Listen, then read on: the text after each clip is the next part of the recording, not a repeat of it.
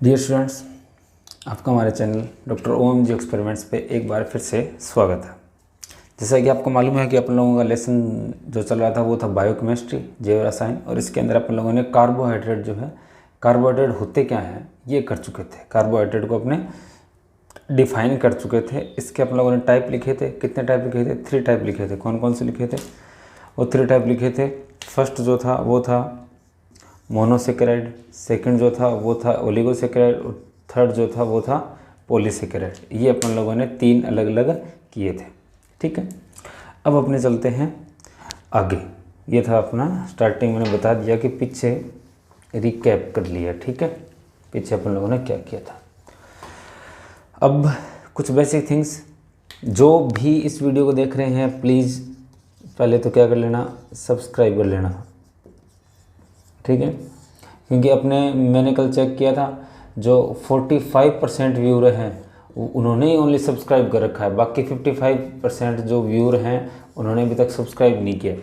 तो ध्यान रखना कि पहले सब्सक्राइब कर लेना। दूसरी, ये क्लासेस आपके लिए काफ़ी इंपॉर्टेंट प्रूव होने वाली है, तो ज़्यादा से ज़्यादा इसको शेयर करना और सजेशन में डालना। ठीक है, अब देखिए दोस्तों कि अपन लोगों ने देखा था कि लाइव का टाइम जो है वो 9 मई को डिसाइड किया था 10 बजे का।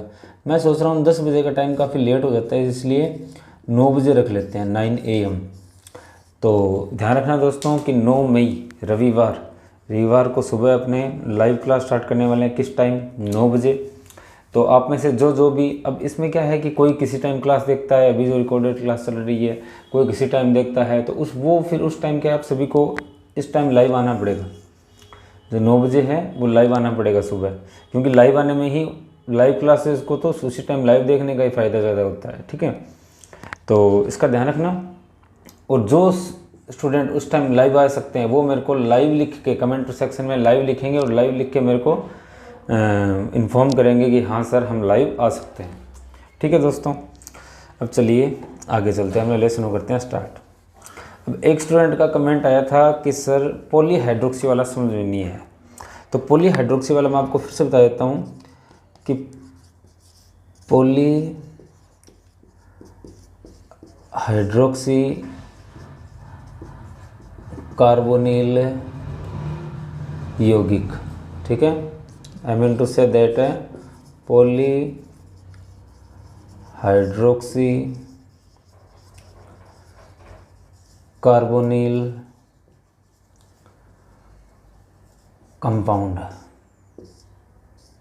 ठीक है, अरे एक समस्या रहेगी फिर अपने, क्या कि जो 9 बजे अगर लाइव करेंगे तो फिर उनकी कब लाइव करेंगे, केमिस्ट्री वालों की? तो अपना टाइम 10:30 का रखते हैं ना। 10:30 AM का जो टाइम है वो रखते हैं किसका? उनका, केमिस्ट्री आपका। चलो इसको बाद में डिसाइड करेंगे ना, उस दिन लाइव देखते हैं कितने आते हैं, उसके बाद देखेंगे अपने क्या टाइम रखते हैं। ठीक है, एक बार सभी संडे को उनकी क्लास मिस करेंगे और ओनली अपनी ही कंटिन्यू करेंगे। एक दिन लाइव आकर देखेंगे कि क्लास किस टाइम रहने वाली है। ठीक है, अगर सेट क्या रहता है।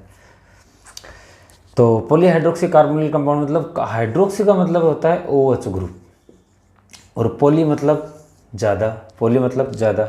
तो इस तरह के जो कार्बोहाइड्रेट होते हैं उनके अंदर हाइड्रोक्सी OH ज़्यादा होते हैं। OH क्या होते हैं? ज़्यादा। जैसे कि मैंने आपको ग्लूकोज का स्ट्रक्चर बना के बताई हुई थी। ग्लूकोज GluCOSE C6H12O6 इसका फॉर्मूला था। इसके अंदर OH मैंने आपको बना के बताए थे। मैं एक बार फिर से इसके स्ट्रक्चर बना के बता देता हूँ। 1 2 3 4 5 6, यहाँ CH2OH होता है। ठीक है, यहाँ OH, यहाँ H, ये सभी सिंगल बॉन्डेड होते हैं। यहाँ OH, यहाँ H, यहाँ H, यहाँ OH, यहाँ OH होता है, यहाँ H होता है, और यहाँ डबल बॉन्ड के साथ ऑक्सीजन और एक है हाइड्रोजन। तो ये कंडीशन रहती है इसकी। ठीक है, ये कंडीशन इसकी रहती है। तो ये इतने सारे क्या हैं? 1 2 3 4 5। OH कितने हैं? 5 है, ज़्यादा है ना, पॉली है। और ये डबल बॉन्ड लगा है, कार्बन के साथ डबल बॉन्ड के साथ ऑक्सीजन बॉन्डेड है। इसे बोलते हैं क्या? कार्बोनिल यौगिक या कार्बोनिल कंपाउंड। तो इसीलिए इसे क्या बोलते हैं? पॉलीहाइड्रोक्सी कार्बोनिल यौगिक बोला जाता है। आगे हुई बात समझ में। चलो दोस्तों अब आगे बढ़ते हैं। अब कल अपन लोगों ने इसके अलग अलग टाइप किए थे, इसके अलग अलग टाइप किए थे। तो यहाँ मैंने आपको बताया था, ध्यान रखना कि जो ग्लूकोज होता है उसके अंदर क्या होता है, उसके अंदर क्या होता है, उसके अंदर एल्डिहाइड ग्रुप होता है। एल्डिहाइड ग्रुप मैंने आपको बताया भी था कौन से होते हैं, CHO वाले ग्रुप एल्डिहाइड होते हैं। ठीक है, अब देखो आगे। अब कल अपन लोगों ने अलग अलग जो है वो टाइप किए थे। टाइप कैसे टाइप किए थे कि कार्बोहाइड्रेट के टाइप किए थे। कितने टाइप पढ़े थे? 3 टाइप पढ़े थे। फर्स्ट कौन सा था? फर्स्ट था मोनोसेकेराइड। फर्स्ट कौन सा था? मोनोसेकेराइड। अब मोनोसेकेराइड का क्या मतलब होता है? मोनोसेकेराइड। दूसरा कौन सा था? ओलिगोसेकेराइड था। थर्ड था पॉलीसेकेराइड। लेकिन वो देखते हैं उनका मतलब क्या है।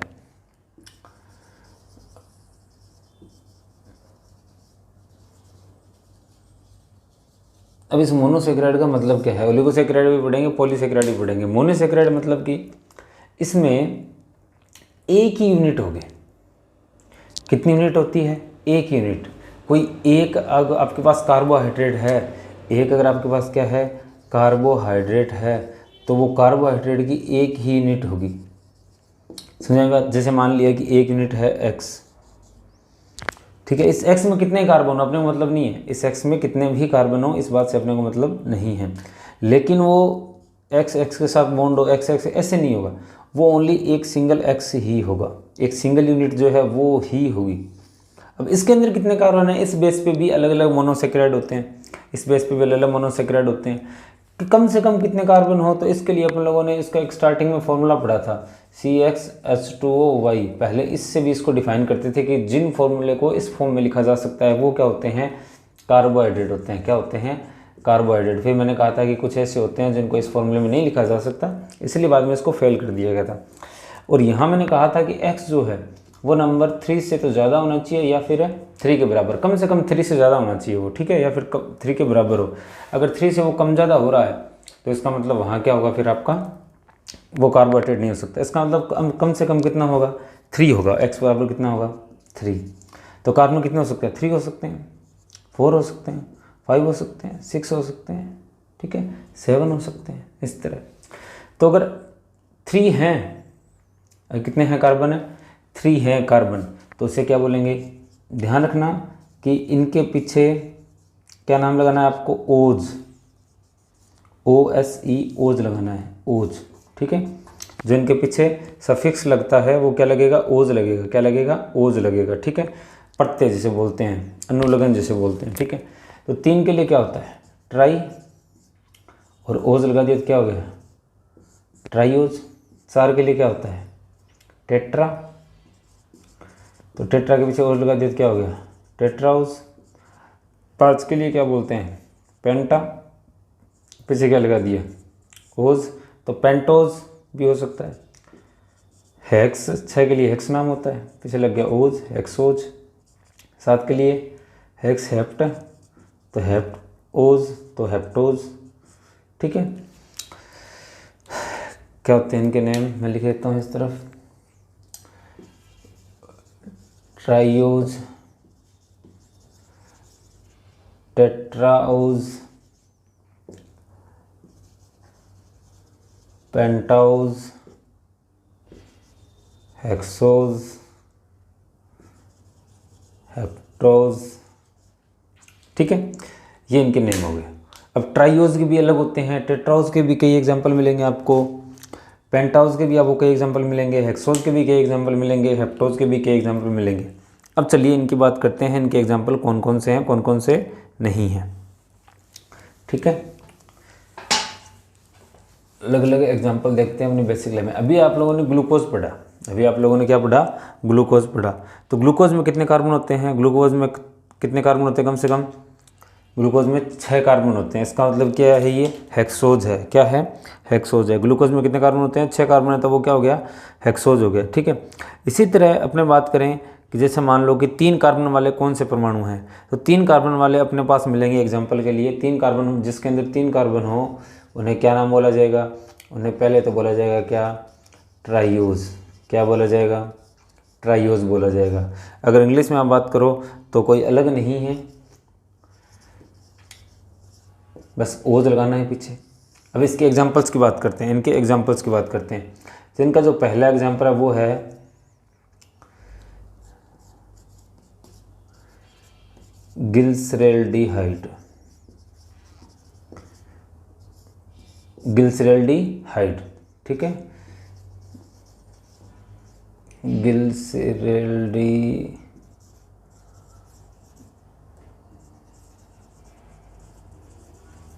ठीक है, गिल्सरेल्डिहाइड इसका फर्स्ट एग्जांपल है। तो सर इसमें हमें याद कैसे करना होगा, क्वेश्चन कैसे आने की संभावना रहती है? क्वेश्चन ए बाय सीधा मल्टीपल चॉइस वाले जो क्वेश्चन आते हैं उसमें सीधा ये होएगा कि निम्न में से ट्राइयोज है, निम्न में से ट्राइयोज है। तो उस टाइम आपको ये बताना पड़ेगा कि ई है, सॉरी यहाँ, तो उस टाइम आपको बताना पड़ेगा कि हाँ गिल्सरेल्डिहाइड जो है वो ट्राइयोज है। अपने एग्जाम्पल ओनली कौन कौन से पढ़ेंगे, बुक वाले ही पढ़ेंगे। जैसे कि एक एग्जाम्पल है अपने पास है डाई हाइड्रोक्सी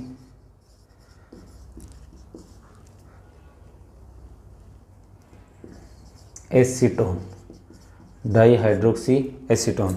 ये डाई हाइड्रोक्सी एसीटोन जो है वो भी किसका एग्जाम्पल है? डाई हाइड्रोक्सी एसीटोन, ये भी किसका एग्जाम्पल है? ट्राइयोज का एग्जाम्पल है। किसका एग्जाम्पल है? ट्राइयोज का। तो ये दो एग्जाम्पल है किसके? ट्राइयोज के। इनको जैसे हैं वैसे के वैसे याद करने होंगे, ठीक है। उसके बाद देखो 4 कार्बन वाले, 4 कार्बन वालों को क्या बोलेंगे?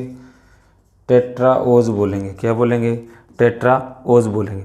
4 कार्बन के लिए क्या हो जाएगा? टेट्राओज बोलेंगे। या फिर अगर यहाँ इस दोनों को नाम को जोड़ दो तो ये टेट्रोज भी लिखे जा सकते हैं, आपको मिल सकते हैं टेट्रोज भी, TETROS, टेट्रोज, ठीक है। तो 4 कार्बन वालों के कौन से एग्जाम्पल है? 4 कार्बन वालों के अपने पास एग्जाम्पल है 2। कौन से हैं? 2। कौन कौन से एग्जाम्पल है? एक तो है इरिथ्रोज। क्या एग्जाम्पल है? पहला तो इरिथ्रोज और दूसरा है इरिथ्रोलोज। पहला कौन सा एग्जाम्पल है? इरिथ्रोज और दूसरा है इरिथ्रोलोज। इरिथ्रोलोज स्पेलिंग ले लेता हूँ मैं, ERYTHROSE। इरिथ्रोज की स्पेलिंग होगी ERY, ये R है सॉरी, ठीक है। इरिथ्रोज ERYTHROSE। इरिथ्रोलोज का क्या हो जाएगा? इरिथ्रोलोज का हो जाएगा ERYTHRULOSE, इरिथ्रोलोज। तो ध्यान रखना गिल्सरेल्डिहाइड में कितने हैं? 3। डाई हाइड्रोक्सी एसीटोन में भी कितने हैं? 3 कार्बन। इरिथ्रोज में कितने कार्बन हैं? 4 कार्बन है। इरिथ्रोलोज में भी कितने हैं? 4 कार्बन है, ठीक है। लेसन काफ़ी इंपॉर्टेंट है। इस तरह के टिपिकल जो नेम आने वाले हैं वो काफ़ी ज़्यादा आने वाले हैं, इसीलिए अपने स्लो चल रहे हैं, इनको ढंग से लर्न करते जाना। जैसे एक दिन के अंदर जितने आए उन सभी को लर्न कर लेना। आज जितने भी टाइप के ये हैं उन सभी को कंप्लीट कर लेंगे अपने। तो ऐसे ना हो कि दोबारा एग्जाम के टाइम आपको फिर से बार बार लर्न करने की कोशिश करनी पड़े, ऐसा ना हो, ठीक है। वो क्या है, अपने को उसी टाइम याद कर लेना है। अब देखो अपने पास देखते हैं 5 कार्बन के लिए। 5 कार्बन वालों को क्या बोलते हैं? पेंटोज बोलते हैं। क्या बोलते हैं? पेंटोज बोलेंगे। 5 कार्बन वालों को पेंटोज, क्योंकि 5 का नाम क्या होता है? पेंट।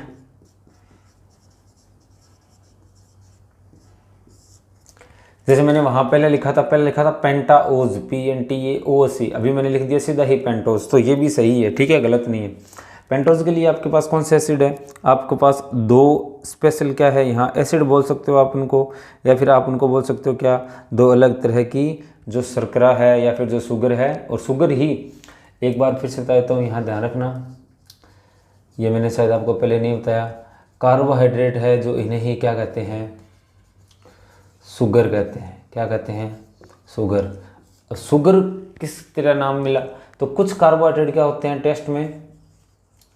स्वीट होते हैं, मीठे होते हैं। जो मीठे होते हैं उन्हें क्या बोलते हैं? शुगर होते हैं। और जैसे जैसे वो ये और भी अलग अलग तरह के, जैसे मतलब बहुत सारे ऐसे कार्बोहाइड्रेट है जो टेस्ट में मीठे नहीं होते। एक जो प्लांट्स में बहुत ज़्यादा मिलता है उसका नाम है, नाम दिमाग से निकल गया, एक तो पेक्टिन हो गया, ठीक है, एक लिग्निन हो गया, एक और रह गया, सुक्रोज नहीं है, सुक्रोज भी शुगर में आता है। हाँ, एक सेल्यूलोज,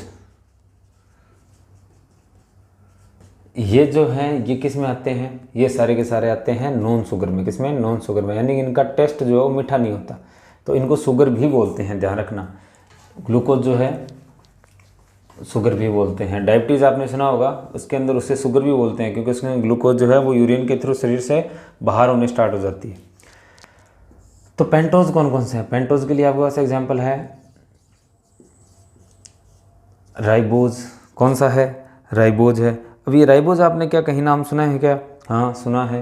राइबोज जो है वो दो अलग अलग तरह की जो ये शुगर होती है, जो किस में मिलती है? न्यूक्लिक एसिड में, जो डीएनए में फॉर्मेशन में हेल्प करते हैं, राइबोज। और दूसरा कौन सा है? डीऑक्सीराइबोज। एक आरएनए के लिए और दूसरा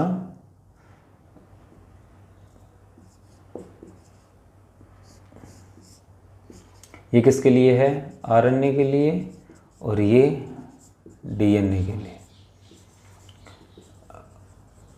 राइबोज, डीऑक्सी राइबोज, ठीक है। ये 5 कार्बन के लिए हो गए। 6 कार्बन के लिए क्या बोलेंगे? हेक्सोज बोलेंगे। 6 कार्बन के लिए example glucose, fructose, glucose, fructose. Galactose जो है वो भी इसी का एग्जाम्पल है। ग्लूकोज भी क्या है? इसी का ही एग्जाम्पल है, ठीक है। तो ये भी आप नाम लर्न कर लेना, ग्लैक्टोज, GALACTOSE।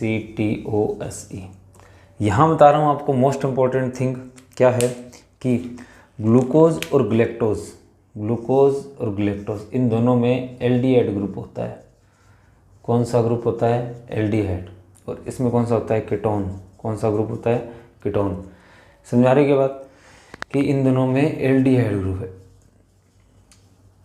एल्डिहाइड ग्रुप होता है। इसमें ये कीटोन किस में होता है? फ्रुक्टोज में। अभी आपको बताता हूँ किस तरह होता है। ये अपने क्या हो गए, जो मोनोसेकेराइड है वो कंप्लीट हो गए। मोनोसेकेराइड क्या हो गए? कंप्लीट हो गए। इसके बाद अपने ओलिगोसेकेराइड पढ़ेंगे। इसके बाद क्या पढ़ेंगे? ओलिगोसेकेराइड। देखो दोस्तों, काफ़ी स्लो अपने मूव कर रहे हैं, क्योंकि मैंने आपको बताया था लाइव क्लास के अंदर फास्ट चला जा सकता है, इसके अंदर ज़्यादा फास्ट अपने पढ़ा नहीं सकते, क्योंकि सभी तरह के बच्चों का ध्यान रखना पड़ता है। लाइव में क्या होता है कि मालूम चलता रहता है कि हाँ समझ में आ रहा है, इसके समझ में नहीं आ रहा, तो मालूम चलता रहता है।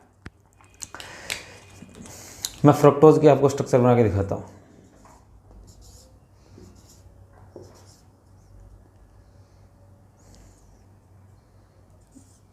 ठीक है, ये सारे सिंगल बॉन्डेड होते हैं। OH H OH H H OH double bond O CH2 OH। ठीक है, देखो क्या हाइड्रोजन पूरे हैं क्या? 1 2 3 4 5 6 7 8 9 10 11 12। ये फ्रुक्टोज है। पहले बता देता हूँ आपको, शायद ध्यान में नहीं होगा कि कितने कंप्लीट करने हैं।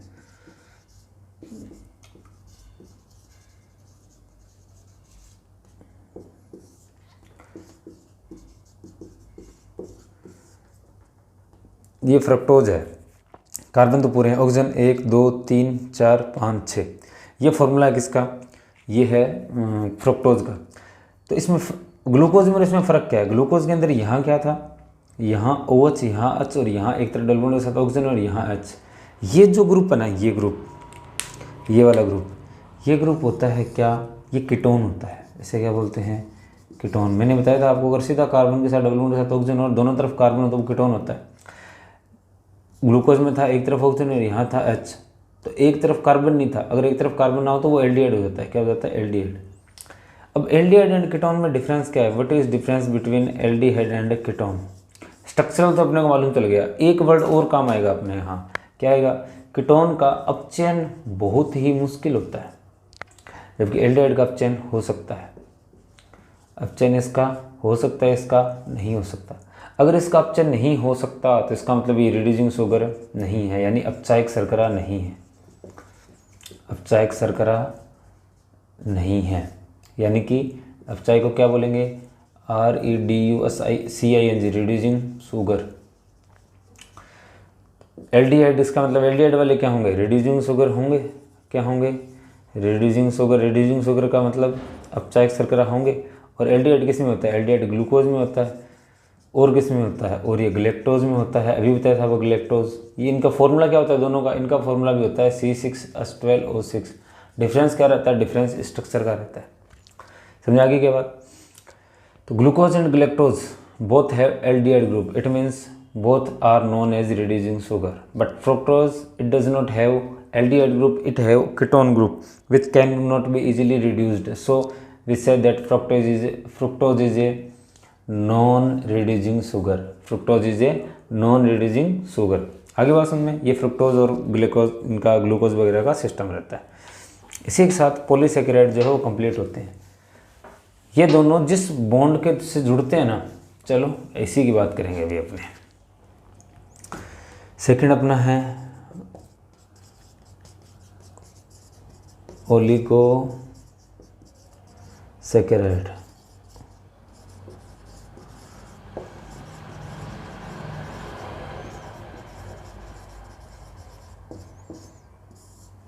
सेकेराइड की स्पेलिंग ढंग से देख लेना, SACCHARIDE, सेकेराइड, ठीक है।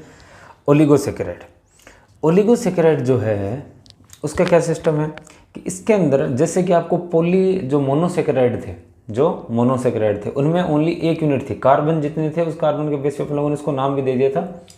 उसके अंदर इसके अलावा यूनिट एक ही थी, यूनिट क्या थी, एक ही। अब क्या होगा कि मान लो कि कोई मोनोसेकेराइड और उसके साथ दूसरा मोनोसेकेराइड जुड़ जाए और एक नए तरह का क्या बना ले, सेकेराइड बना ले, तो वो कौन सा होगा, ओलिगोसेकेराइड होगा। कौन सा सेकेराइड होगा, ओलिगोसेकेराइड। मोनोसेकेराइड की दो यूनिट एक साथ मिलके क्या बनाएगी, ओलिगोसेकेराइड बनाएगी। कितनी यूनिट बनाएगी, 2 यूनिट। वैसे तो ये 2 से 10 तक, 2 से 10 तक। इफ 2 और more than 2 unit of monosaccharide join through water hydrolysis and, हालांकि डीहाइड्रोलाइसिस होता है, यानी कि यहाँ H2O से बाहर निकलता है through dehydrolysis known as a oligosaccharide. जब जुड़ जाते हैं डीहाइड्रोलाइसिस से तो उसे क्या बोलते हैं, ओलिगोसेकेराइड बोलते हैं। बताएंगे डीहाइड्रोलाइसिस वगैरह क्या होता है सारा। 2 अगर मोनोसेकेराइड की यूनिट जुड़ी है तो भी वो ओलिगोसेकेराइड होगी, 3 की भी ओलिगोसेकेराइड, 4 जुड़े हैं तो भी ओलिगोसेकेराइड, 5 जुड़े हैं तो भी, 6 जुड़े हैं, 7 जुड़े हैं, 8 जुड़े हैं, 9 जुड़े हैं, 10 तक जो होंगे वो क्या होंगे, ओलिगोसेकेराइड। अगर 10 से भी ज़्यादा जुड़े हैं तो उसे पॉलीसेकेराइड नाम दिया जाएगा। क्या नाम दिया जाएगा, पॉलीसेकेराइड। वो इसके बाद आएगा, यानी वो बहुत बड़े हो जाते हैं। ये मीडियम साइज़ के, ये कौन साइज़ के हैं, मीडियम साइज़ के हैं। तो चलिए देखो ओलिगोसेकेराइड की बात करते हैं, सिस्टम क्या रहता है।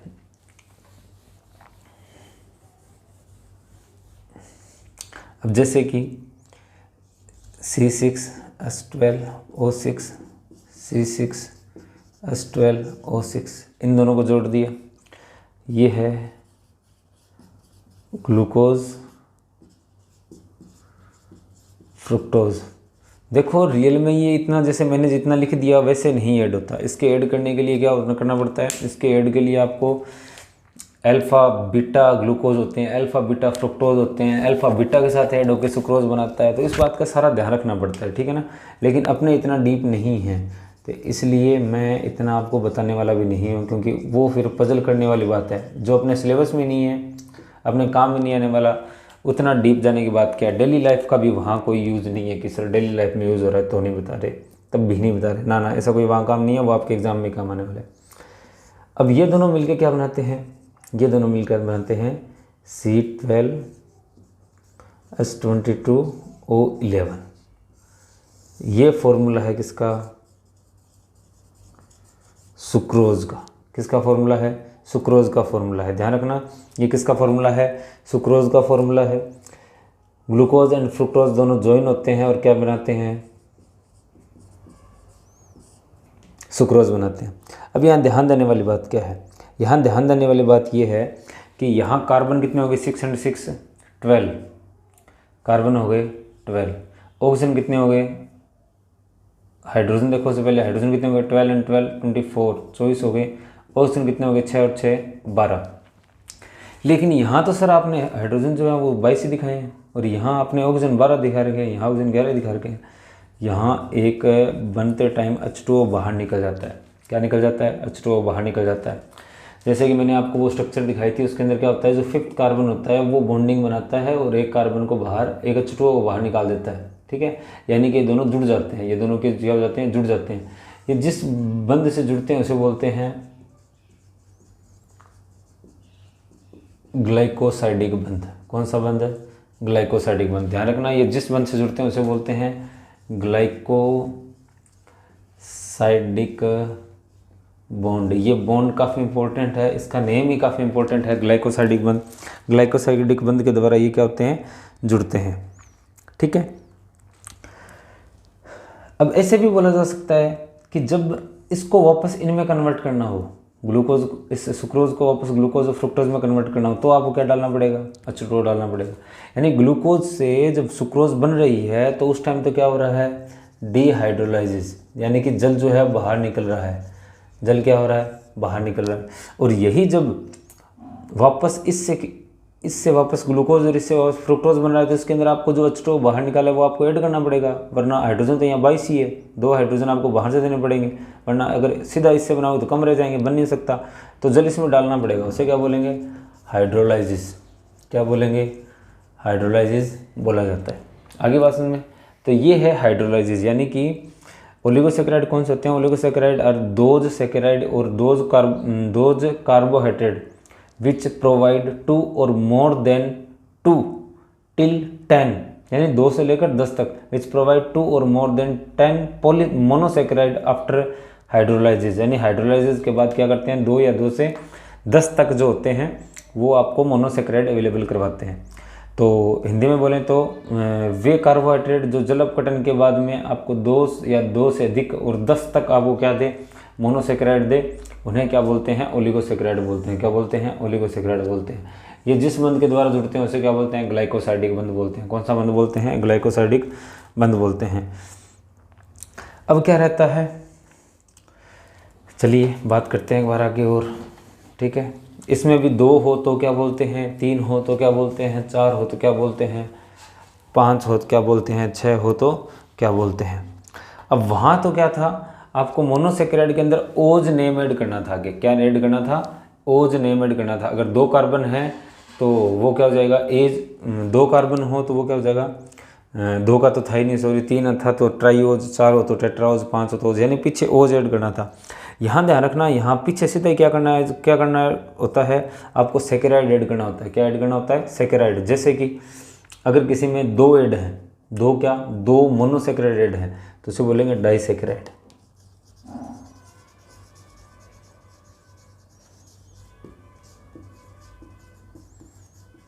क्या बोलेंगे, डाइसैकेराइड। इसमें कितने कार्बन होते हैं, 2 कार्बन नहीं, सॉरी 2 क्या होते हैं, मोनोसैकेराइड।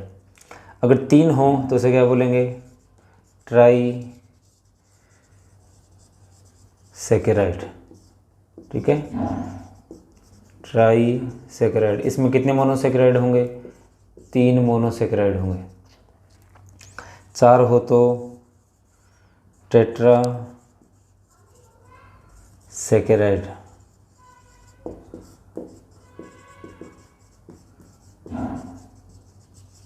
इसमें कितने मोनोसैकेराइड होंगे, 4। और 5 के लिए पेंटासैकेराइड। 5 के लिए पेंटासैकेराइड।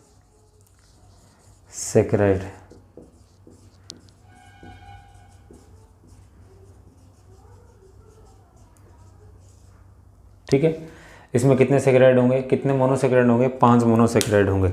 अब देखते हैं कौन कौन से अपने पास है इस तरह के कुछ एग्जाम्पल। जैसे कि फर्स्ट जो एग्जाम्पल है वो मैंने आपको बता ही दिया, सुक्रोज। ठीक है, सुक्रोज मैंने आपको बताया था। सेकंड जो है वो है लैक्टोज।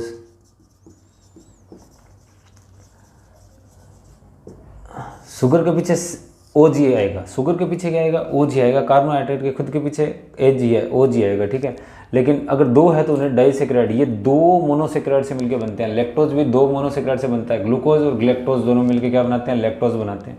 तो ये डाइसैकेराइड हो गया। थर्ड इसका एग्जाम्पल है माल्टोज। क्या है, माल्टोज।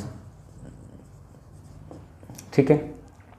ट्राइसेकेराइड की बात करें तो ट्राइसेकेराइड का एग्जांपल है रेफिनोज। ट्राइसेकेराइड का एग्जांपल है रेफिनोज।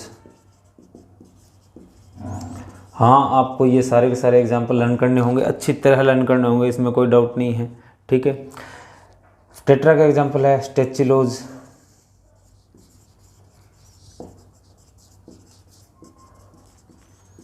ठीक है। और जो पेंटासेकेराइड है, पेंटासेकेराइड का जो एग्जांपल है वो है बारबास्कोज।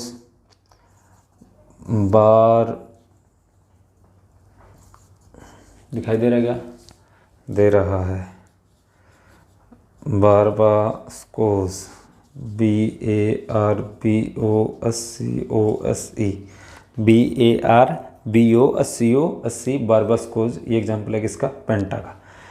तो ये टोटल अपने कितने हो गए? ओलिगोसेकेराइड में अपन लोगों ने पेंटासेकेराइड तक के एग्जांपल देख लिए। ठीक है।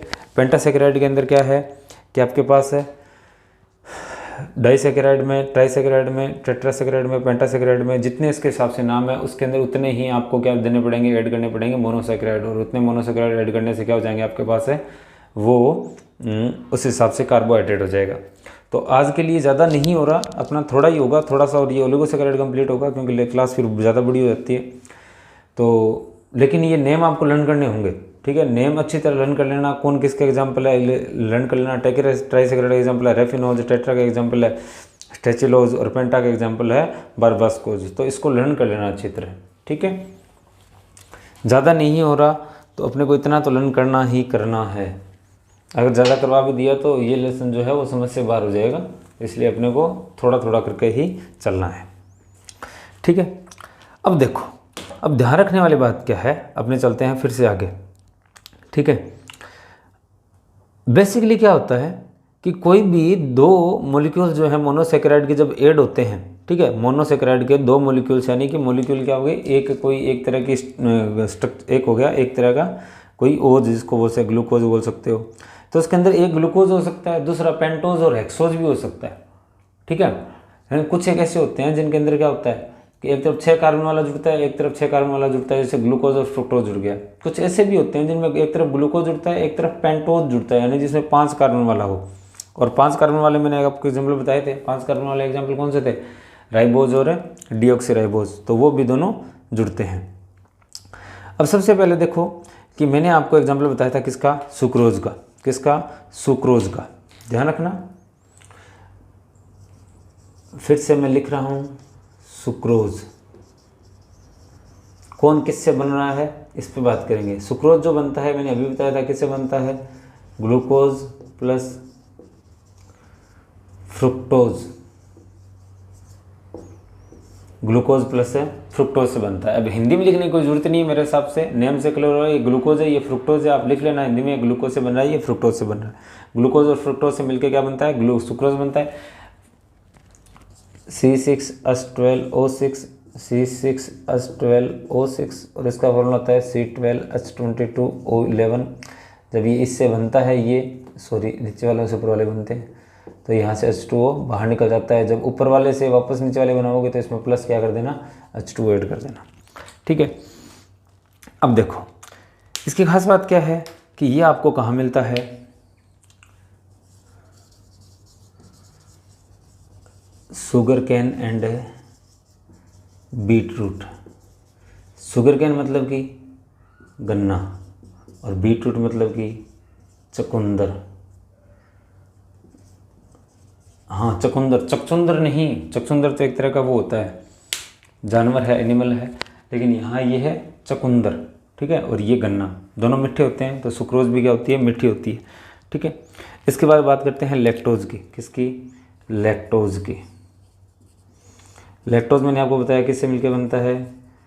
ग्लूकोज प्लस में ग्लेक्टोज,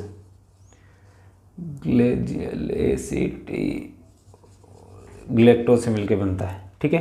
किस किस से मिलकर बनता है? ग्लेक्टोज से और ग्लूकोज से मिलकर बनता है। ठीक है। तो ये है लैक्टोज। अब ये आप बताओ लैक्टोज कहाँ आता है? स्पेलिंग लेता हूँ इसके ढंग से, ए और आता है बीच में। लैक्टोज जो है वो कहाँ मिलता है? ये आपको मिलेगा मिल्क में। किस में मिलेगा? मिल्क में। मिल्क के अंदर लैक्टोज क्या होती है? शुगर होती है। ध्यान रखना, मिल्क में क्या होती है? लैक्टोज शुगर होती है। ठीक है। अब थर्ड जो है, थर्ड अपना है क्या? माल्टोज। क्या है? माल्टोज।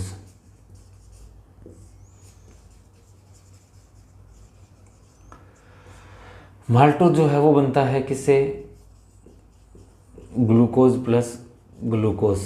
किससे? ग्लूकोज प्लस ग्लूकोज से।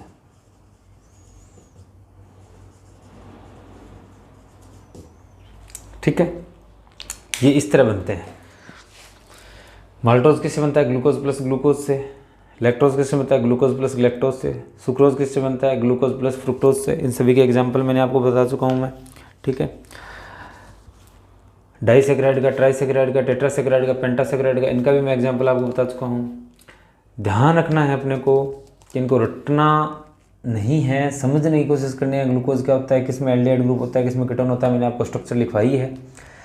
अब थोड़ा सा देख लेते हैं, ये एक दूसरे से ग्लाइकोसाइडिक जो बंध से जुड़ते हैं वो बंध क्या होता है। ठीक है, उस बंध को देख लेते हैं। थोड़ा सा बंध काफ़ी महत्वपूर्ण है, वो बंध देख लेते हैं। हालांकि अपने सिलेबस में नहीं है, मैं फिर बता देता हूँ ये बंध कैसे बनता है। ठीक है, तो चलिए बात करते हैं फिर से। एक ग्लाइकोसाइडिक बंध के लिए एक स्ट्रक्चर बनाते हैं। इसको जिसको ढंग से समझ लेना है, इसको एक बार समझ में आ गया तो कभी ज़िंदगी में दिक्कत नहीं आएगी। पहले बात करते हैं किसकी? फिर से ग्लूकोज की। ग्लूकोज की मैं फटाफट बना देता हूँ, स्ट्रक्चर बना देता हूँ।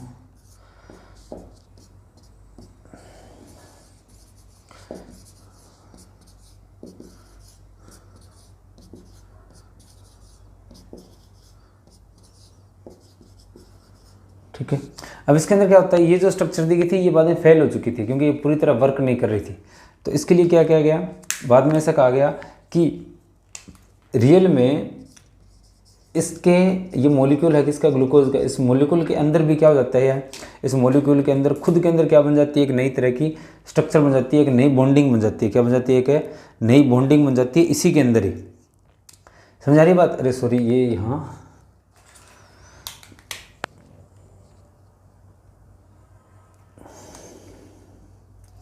यहाँ डबल बॉन्ड के साथ ऑक्सीजन और एक तरफ H, ये है इस तरह।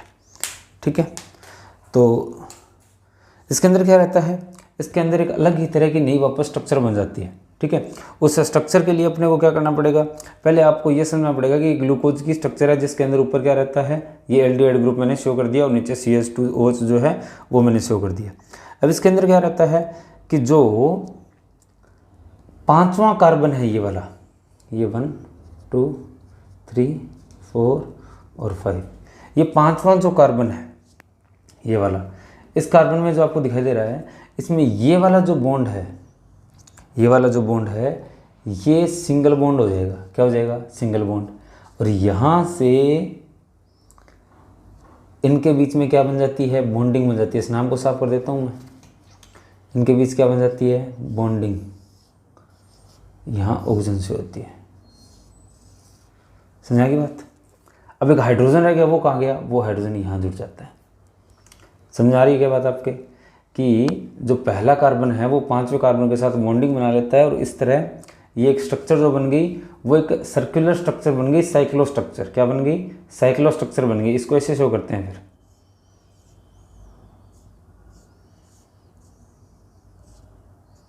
ऐसे शो करते हैं।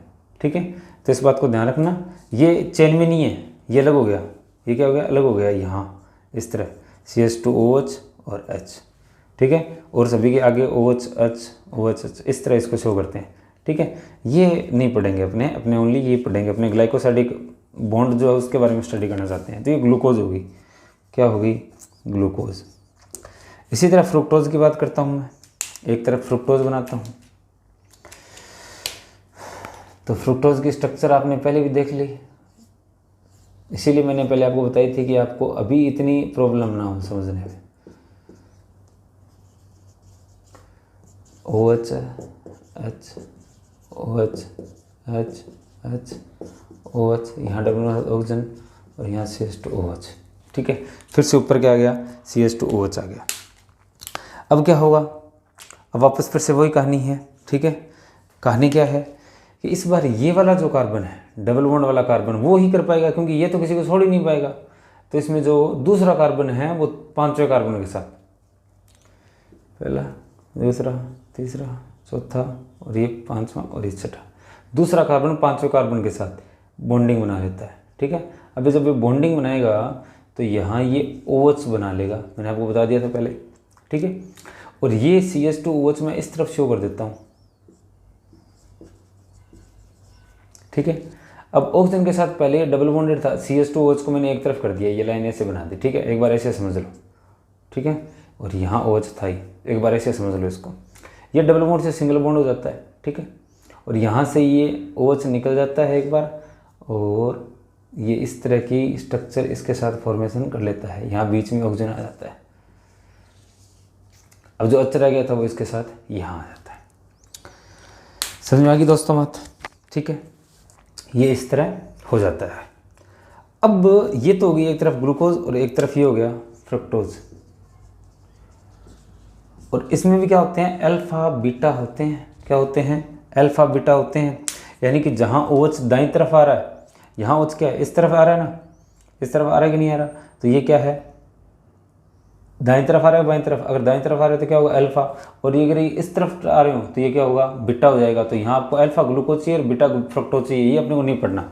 बस आपको मैंने बड़े तौर पे स्ट्रक्चर बताई है, स्ट्रक्चर भी आपके नहीं आती, बस आपको ग्लाइकोसाइडिक बंध मैं समझा रहा हूँ। ठीक है, उसके लिए क्लास थोड़ी सी लंबी हो जाती है, लेकिन कोई दिक्कत नहीं, अपने देख लेते हैं। एक बार आप जिंदगी में ग्लाइकोसाइडिक बंध देख लोगे तो उसके बाद ऐसे मालूम चल जाएगा हाँ ये ग्लाइकोसाइडिक बॉन्ड होता है। अब देखो, अब ये कार्बन जो है इस कार्बन के साथ अटैच होता है, दोनों को अटैच करना है, और अटैच करके क्या बनानी है अपने को, सुक्रोज बनानी है। क्या बनानी है, सुक्रोज। और अपन लोगों ने कहा था सुक्रोज बनने के टाइम में दोनों एक दूसरे से जिस बॉन्ड से कनेक्ट होते हैं वही क्या होता है, ग्लाइकोसाइडिक बॉन्ड होता है। तो ये OH जो है ये इस OH के साथ बाहर निकलता है, ये OH जो है इस OH से बाहर निकलता है। ठीक है, मैं इसको इस तरफ शो कर देता हूँ।